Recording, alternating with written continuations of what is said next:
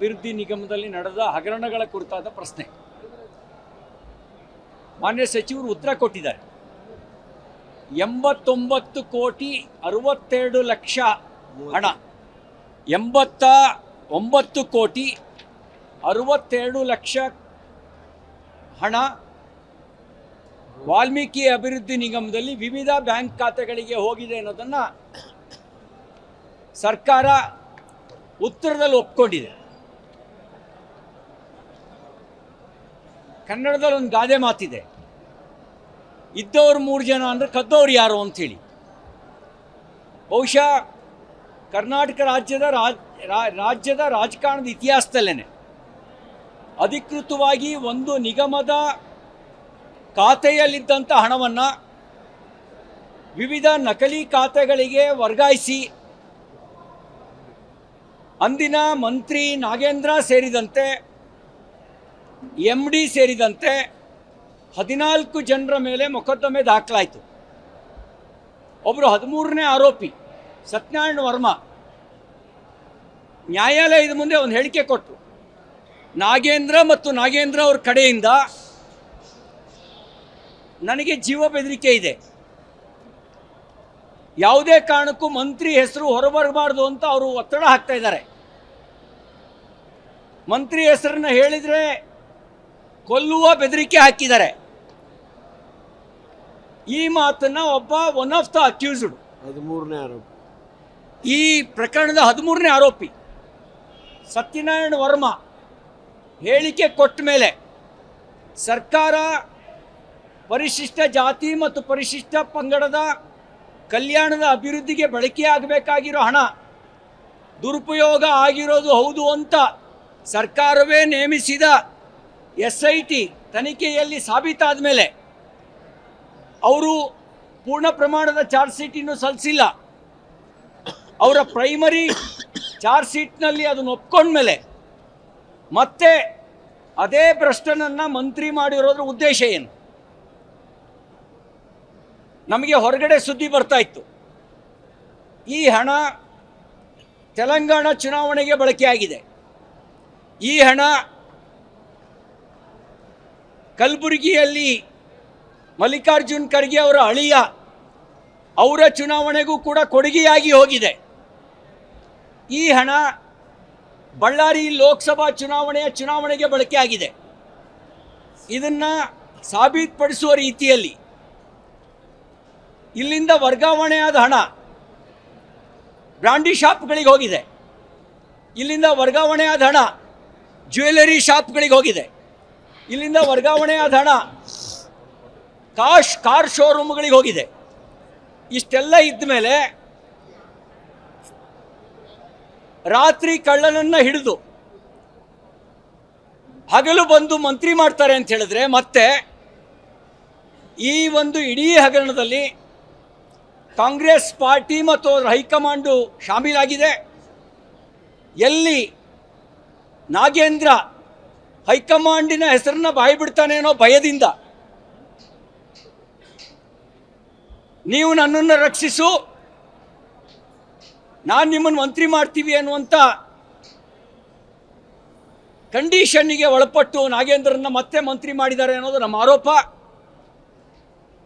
ಈ ಮೂಲಕ ಪರಿಶಿಷ್ಟ ಜಾತಿ ಜನಾಂಗಕ್ಕೆ, ಪರಿಶಿಷ್ಟ ಪಂಗಡಕ್ಕೆ ದ್ರೋಹ ಮಾಡುವ ಕೆಲಸವನ್ನು ಕಾಂಗ್ರೆಸ್ ಪಾರ್ಟಿ ಮಾಡಿದೆ. ಅದಕ್ಕಾಗಿ ನಾವು ಇವತ್ತು ಆಗ್ರಹಿಸ್ತು ಸದನದಲ್ಲಿ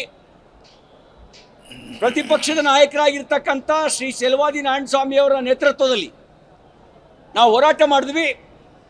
ಭ್ರಷ್ಟ ಮಂತ್ರಿ ನಾಗೇಂದ್ರನ ವಜಾಗೊಳಿಸಿ ಅವರನ್ನು ಮಂತ್ರಿಮಂಡಲದಲ್ಲಿ ಇಟ್ಕೊಂಡು ನೀವು ಭ್ರಷ್ಟಾಚಾರದ ವಿರುದ್ಧ ಮಾತಾಡಿದ್ರೆ ಯಾರೂ ನಿಮ್ಮನ್ನು ನಂಬಲ್ಲ, ನಿಮಗೂ ಭ್ರಷ್ಟಾಚಾರದಲ್ಲಿ ಪಾಲು ಇದೆ ಅನ್ನುವಂಥ ಅನುಮಾನ ನಮಗೆ ಬರ್ತಾ ಇದೆ. ಅವನು ವಜಾ ಮಾಡೋವರೆಗೂ ಕೂಡ ನಾವು ಈ ಕಲಾಪದಲ್ಲಿ ಹೋರಾಟವನ್ನು ಮುಂದುವರಿಸ್ತೇವೆ ಅಂತೇಳಿ ಹೋರಾಟವನ್ನು ಮುಂದುವರಿಸಿದ್ದೇವೆ. ಸರ್ಕಾರ ಕೊಟ್ಟಿರೋ ಉತ್ತರದಲ್ಲಿ ಎಲ್ಲೆಲ್ಲಿಗೆ ಜಮಾ ಆಗಿದೆ ಹಣ ಅನ್ನುವಂಥ ಸಮಗ್ರ ಉತ್ತರವನ್ನು ಅವ್ರು ಕೊಟ್ಟಿದ್ದಾರೆ. ಬ್ಯಾಂಕ್ ಆಫ್ ಬರೋಡಾ ಅಲ್ಲಿಂದ ಎಲ್ಲಿಗೆ ಹೋಗಿದೆ, ಕೆನರಾ ಬ್ಯಾಂಕಿಂದ ಎಲ್ಲಿಗೆ ಹೋಗಿದೆ, ಯೂನಿಯನ್ ಬ್ಯಾಂಕಿಂದ ಎಲ್ಲಿಗೆ ಹೋಗಿದೆ, ಕೋಟಕ್ ಮಹೀಂದ್ರಾಯಿಂದ ಎಲ್ಲಿಗೆ ಹೋಗಿದೆ, ಹೈಕೋರ್ಟ್ನಿಂದ ಎಲ್ಲಿಗೆ ಹೋಗಿದೆ. ಇಷ್ಟೆಲ್ಲ ಆದಮೇಲೂ ಕೂಡ ಇನ್ನೂ ಪೂರ್ಣ ಪ್ರಮಾಣದಲ್ಲಿ ಹಣ ಸರ್ಕಾರಕ್ಕಾಗಲಿ ನಿಗಮಕ್ಕಾಗಲಿ ರಿಕವರಿ ಆಗಲಿಲ್ಲ.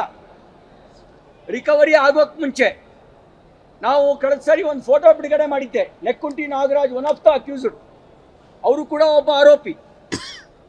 ಅವರು ಮತ್ತು ನಾಗೇಂದ್ರಗಿರೋ ಸಂಬಂಧ, ನೆಕ್ಕುಂಟಿ ನಾಗರಾಜು ಮತ್ತು ನಾಗೇಂದ್ರ ಒಟ್ಟಿಗೆ ಶಾಂಗ್ರಿಲಾ ಹೋಟೆಲ್ನಲ್ಲಿ ನಡೆಸಿದ ಮೀಟಿಂಗು, ಅಲ್ಲಿ ಮೌಖಿಕವಾಗಿ ಅಧಿಕಾರಿಗಳಿಗೆ ಕೊಟ್ಟ ಸೂಚನೆ, ಇವ್ರು ಏನು ಹೇಳ್ತಾರೆ ಹಾಗೆ ಕೇಳಿ ಅವ್ರಿಗೆ ಸಹಕರಿಸಿ ಅಂತ ಕೊಟ್ಟ ಸೂಚನೆ.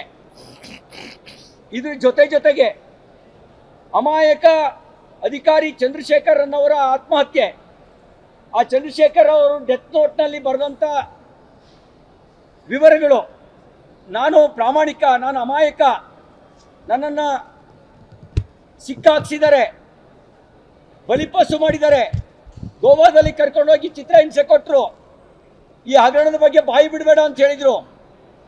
ಈ ಎಲ್ಲ ವಿವರವನ್ನು ಕೊಟ್ಟು ಆತ ಆತ್ಮಹತ್ಯೆ ಮಾಡಿಕೊಂಡ. ಅವರ ಆತ್ಮ ವಿಲವಿಲ ಒದ್ದಾಡ್ತಾ ಇದೆ. ಅವನ ಕುಟುಂಬಕ್ಕಿನ್ನೂ ಸಂಪೂರ್ಣ ನ್ಯಾಯ ಸಿಗಲಿಲ್ಲ, ಅವ್ರ PF ಹಣ ಸಿಗಲಿಲ್ಲ. ಆದರೆ ಭ್ರಷ್ಟಾಚಾರ ಮಾಡಿದವರು ಮತ್ತೆ ಮಂತ್ರಿ, ಲೂಟಿ ಹೊಡೆದವರು ಮತ್ತೆ ಅಧಿಕಾರ. ಈ ಮೂಲಕ ಈ ಭ್ರಷ್ಟಾಚಾರವನ್ನು, ಲೂಟಿಯನ್ನು ಕಾಂಗ್ರೆಸ್ ಪಾರ್ಟಿ ಸಮರ್ಥನೆ ಮಾಡಿಕೊಳ್ಳಲಿಕ್ಕೆ ಹೊರಟಿದೆ. ನನಗೆ ಅನುಮಾನ ಇದೆ, ನಮ್ಮೆಲ್ಲರಿಗೂ ಅನುಮಾನ ಇದೆ, ಇಡೀ ಕಾಂಗ್ರೆಸ್ ಪಾರ್ಟಿ ಭ್ರಷ್ಟಾಚಾರದಲ್ಲಿ ವ್ಯವಸ್ಥಿತವಾದ ಯೋಜನೆ ರೂಪಿಸಿದೆ. ಈ ಹಗರಣ ನಡೆದಿದ್ದು ಮೇ ತಿಂಗಳು 2024 ಮಾರ್ಚ್ ತಿಂಗಳಲ್ಲೇ ಸ್ಟಾಂಪ್ ಪೇಪರ್ ಖರೀದಿ ಮಾಡ್ತಾರೆ. ಅಂದರೆ ದಿಢೀರಾದ ಹಗರಣ ಅಲ್ಲ, ಯೋಜನಾಬದ್ಧವಾಗಿ ಪ್ಲಾನ್ ಮಾಡಿದಂಥ ಹಗರಣ. ಬಹುಶಃ ಚಂದ್ರಶೇಖರನ್ನು ಆತ್ಮಹತ್ಯೆ ಮಾಡ್ಕೊಳ್ಳದೇ ಇದ್ದಿದ್ರೆ ನಕಲಿ ಫಲಾನುಭವಿಗಳನ್ನು ಸೃಷ್ಟಿ ಮಾಡುವಂಥ ಯೋಜನೆ ನಡೆದಿತ್ತು ಅನ್ನೋದನ್ನು ತನಿಖಾ ವರದಿ ಹೇಳುತ್ತೆ. ಫಲಾನುಭವಿಗಳನ್ನು ನಕಲಿಯಾಗಿ ಕ್ರಿಯೇಟ್ ಮಾಡಿ ಅವರಿಗೆ ಹಣ ಹೋಯ್ತು ಅಂತ ಸೃಷ್ಟಿ ಮಾಡುವಂಥ ಒಂದು ಷಡ್ಯಂತ್ರ ನಡೆದಿತ್ತು ಅಂತೇಳಿ ನಮಗೆ ಅನಿಸೋ ಪ್ರಕಾರ ಇದು ಬರೀ ವಾಲ್ಮೀಕಿ ಅಭಿವೃದ್ಧಿ ನಿಗಮದಲ್ಲ, ಗೃಹಲಕ್ಷ್ಮಿ ಹಣನೂ ಇದೇ ರೀತಿ ದುರುಪಯೋಗ ಆಗಿರುವ ಸಾಧ್ಯತೆ ಇದೆ. ವಿವಿಧ ನಿಗಮಗಳಲ್ಲೂ ಈ ರೀತಿ ದುರುಪಯೋಗ ಆಗಿರುವ ಸಾಧ್ಯತೆ ಇದೆ. ಹಾಗಾಗಿ ನಾವು ಆಗಲೂ ಆಗ್ರಹಿಸಿದ್ವಿ, ಮತ್ತೆ ಆ ಭ್ರಷ್ಟನನ್ನು ಮಂತ್ರಿ ಮಾಡಿ ಇಡೀ ಸರ್ಕಾರ ಭ್ರಷ್ಟಾಚಾರಕ್ಕೆ ಬೆಂಬಲವಾಗಿ ನಿಂತಿದೆ. ಅವನು ವಜಾ ಮಾಡೋವರೆಗೂ ಕೂಡ ನಾವು ಸದನದ ಒಳಗೂ ಹೋರಾಟ ಮಾಡ್ತೇವೆ, ಸದನದ ಹೊರಗೂ ಹೋರಾಟ ಮಾಡ್ತೇವೆ. ರಾಜೀನಾಮೆ ಕೊಡಬೇಕು, ರಾಜೀನಾಮೆ ಕೊಡೋವರೆಗೂ ಹೋರಾಟ ಮಾಡ್ತೇವೆ. ಮತ್ತು ಇದಕ್ಕೆ ಇರುವ ಎಲ್ಲ ದಾಖಲೆಗಳು ಇದ್ದಾವೆ. ಸ್ವತಃ ಈಗಿನ ಮುಖ್ಯಮಂತ್ರಿ DK ಶಿವಕುಮಾರ್ ಅವರು, ನೆಕ್ಕುಟ್ಟಿ ನಾಗರಾಜ್ ಅವರು, ನಾಗೇಂದ್ರ ಅವರು ವಿಶೇಷ ವಿಮಾನದಲ್ಲಿ ಪ್ರಯಾಣ ಮಾಡ್ತಿರುವ ಫೋಟೋ ಸಹಿತ ನಾ ಬಿಡುಗಡೆ ಮಾಡಿದ್ದೆ. ಆ ಫೋಟೋ ಈಗ ಮಂತ್ರಿ ಮಾಡಿರೋದು ನೋಡಿದ್ರೆ ಬಹಳ ಆಳವಾದ ಸಂಬಂಧ ಈ ಭ್ರಷ್ಟಾಚಾರದ ಪ್ರಕರಣಕ್ಕೂ ಈ ಸರ್ಕಾರಕ್ಕೂ ಇರೋದನ್ನ ಬಹಳ ಸ್ಪಷ್ಟವಾಗಿ ಸೂಚಿಸುತ್ತೆ. ಮಾತಾಡಿ, ನೀವು ಮಾತಾಡಿ.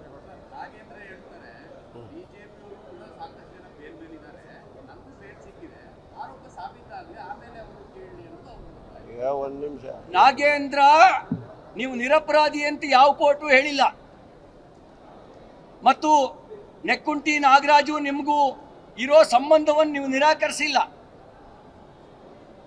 ಹಾಗಿದ್ರೆ ಒಂದು ನಿಮಿಷ, ಆ ಕೋರ್ಟು ನಿರಪರಾಧಿ ಅಂತ ಹೇಳೋವರೆಗೂ ನಿಮಗೆ ಮಂತ್ರಿ ಸ್ಥಾನದ ಪ್ರಮಾಣ ವಚನ ಸ್ವೀಕಾರ ಮಾಡುವ ನಿಮಗೆ ಯೋಗ್ಯತೆ ನೈತಿಕತೆ ಇಲ್ಲ. ಮತ್ತು ನಿಮ್ಮ ಪಾರ್ಟಿ ಇಷ್ಟೆಲ್ಲ ಇದ್ದಾಗಲೂ ನಿಮ್ಮನ್ನು ಮಂತ್ರಿ ಮಾಡಿದೆ ಅಂತ ಹೇಳಿದ್ರೆ ನಿಮ್ಮ ಪಾರ್ಟಿಯೂ ಕೂಡ ಭ್ರಷ್ಟಾಚಾರದಲ್ಲಿ ಶಾಮೀಲಾಗಿದೆ. ನೀವು ಬ್ಲ್ಯಾಕ್ ಮೇಲ್ ಮಾಡಿಯೇ ಮಂತ್ರಿಗಿರಿ ತಗೊಂಡಿದ್ದೀರಿ. ಉಳಿದವರೆಲ್ಲರಿಗೂ ಭಯ ಕಾಡ್ತಾ ಇದೆ. ನಿಮ್ಮನ್ನು ಮಂತ್ರಿ ಮಾಡದೇ ಇದ್ರೆ ಅವರೆಲ್ಲರ ಹೆಸರನ್ನ ಎಲ್ಲಿ ಬಾಯಿ ಬಿಟ್ಬಿಡ್ತೀರೋ ನೀವು ಅನ್ನೋ ಭಯ ಕಾಡ್ತಾ ಇದೆ. ಆ ಭಯಕ್ಕೊಳಗಾಗಿಯೇ ಅವ್ರನ್ನ ಭೀತಿಗೊಳಪಡಿಸಿಯೇ ನೀವು ಮಂತ್ರಿ ಆಗಿದ್ದೀರಿ.